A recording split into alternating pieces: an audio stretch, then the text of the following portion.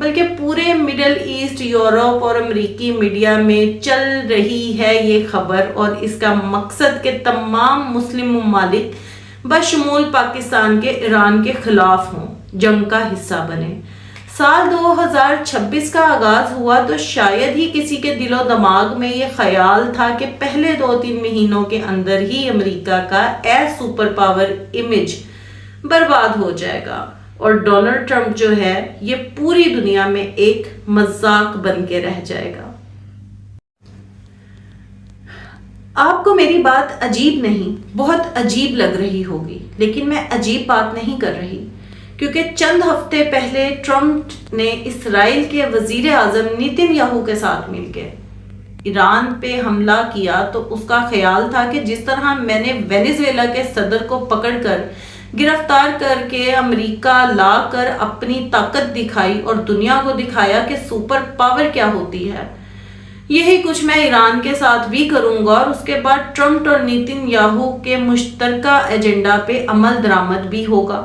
لیکن آج ٹرمپ کے بارے میں یہ سوال کیا جا رہا ہے کہ کیا وہ امریکہ کی ایز سپر پاور جو امیج تھی اس کو ختم کرنے کا سبب بن رہا ہے، اور کیا سپر پاور زوال کا باعث بن گیا ہے؟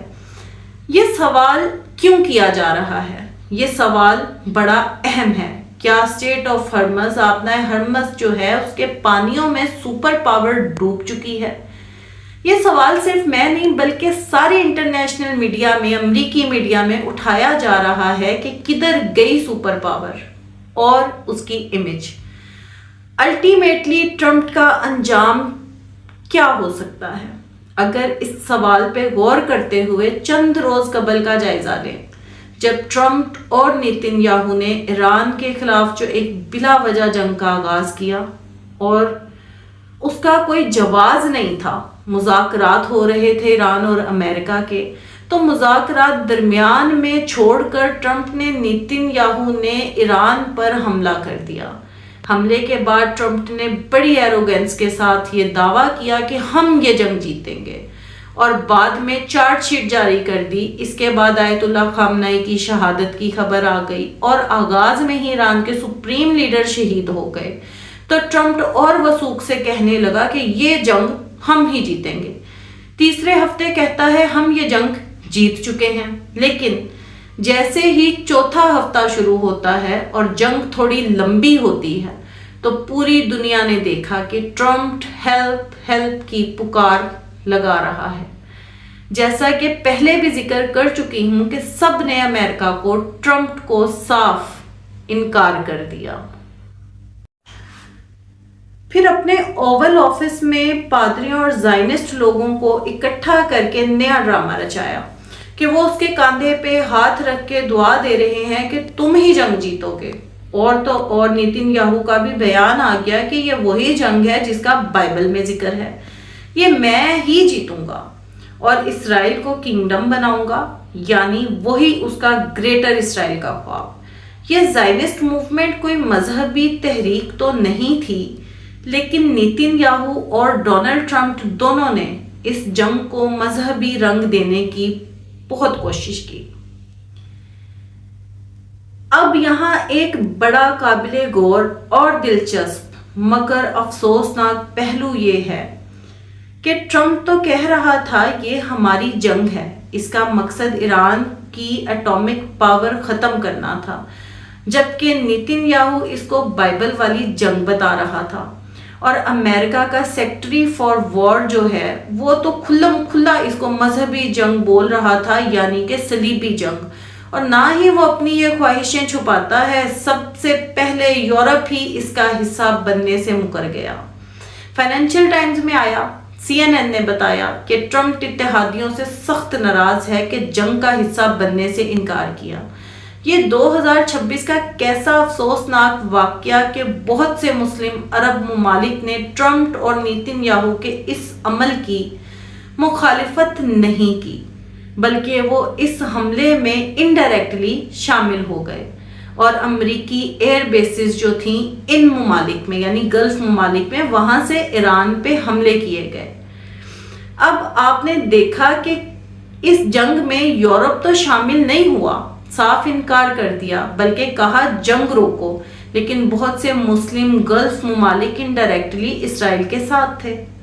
ایران نے پھر ان فوجی اڈوں کو نشانہ بنایا۔ ظاہر سی بات ہے جب تہران میں بچیوں کے اسکول پہ حملہ کر کے سینکڑوں بچیاں شہید کریں گے اور وہ میزائلز امریکہ سے نہیں بلکہ عرب گلف ممالک میں موجود امریکی اڈوں سے آئیں گے تو ایران ان کو تباہ کرے گا، حملہ کرے گا۔ جیسے کہ میں اپنی ویڈیو میں پہلے بھی بتا چکی ہوں کہ اس بلا وجہ کی جنگ کا مقصد مسلمانوں کو آپس میں لڑانا، مسجد اقصیٰ کو شہید کر کے وہاں یہودیوں کی عبادت کا تعمیر کرنا اور گریٹر اسرائیل کے منصوبے کو آگے بڑھانا تھا۔ اور ان سب کے لیے بہت سے زائرسٹ جو نیتن یاہو کے بہت قریب ہیں کہتے رہے ہم مسلمانوں کو آپس میں لڑائیں گے۔ نتیجہ گلف ممالک اور ایران کی آپسی لڑائی۔ لیکن یہ منصوبہ کیسے ناکام ہوا؟ سعودیہ نے حکمت عملی دکھائی، خاموشی اختیار کی، ترکی پاکستان سامنے آئے، کوشش کی گئی کہ جنگ آگے نہ بڑھے، مسلمان آپس میں نہ لڑیں۔ ناظرین، ایران کی کرنسی وار نے بھی ٹرمپ کو ناکوں چنے چبوا دیے کہ سیز فائر کے بیان آنے لگے۔ انہی وجوہات پہ یہ بحث انٹرنیشنلی چھڑ گئی کہ ٹرمپ کا انجام کیا ہے۔ اگر ہم نے اس پہ تھوڑا غور و فکر کرنا ہے تو برطانیہ کی شیفیلڈ یونیورسٹی کے پروفیسر ہینگ ڈی برگ نے آج سے 2 سال پہلے ایک کتاب لکھی تھی، Trump and Hitler a comparative study of lying, یعنی ہینگ ڈی برگ نے ٹرمپ اور ہٹلر کا کمپیریزن کیا 2 سال پہلے یعنی 2024 میں کہ ان دونوں کے درمیان بہت کچھ کامن ہے۔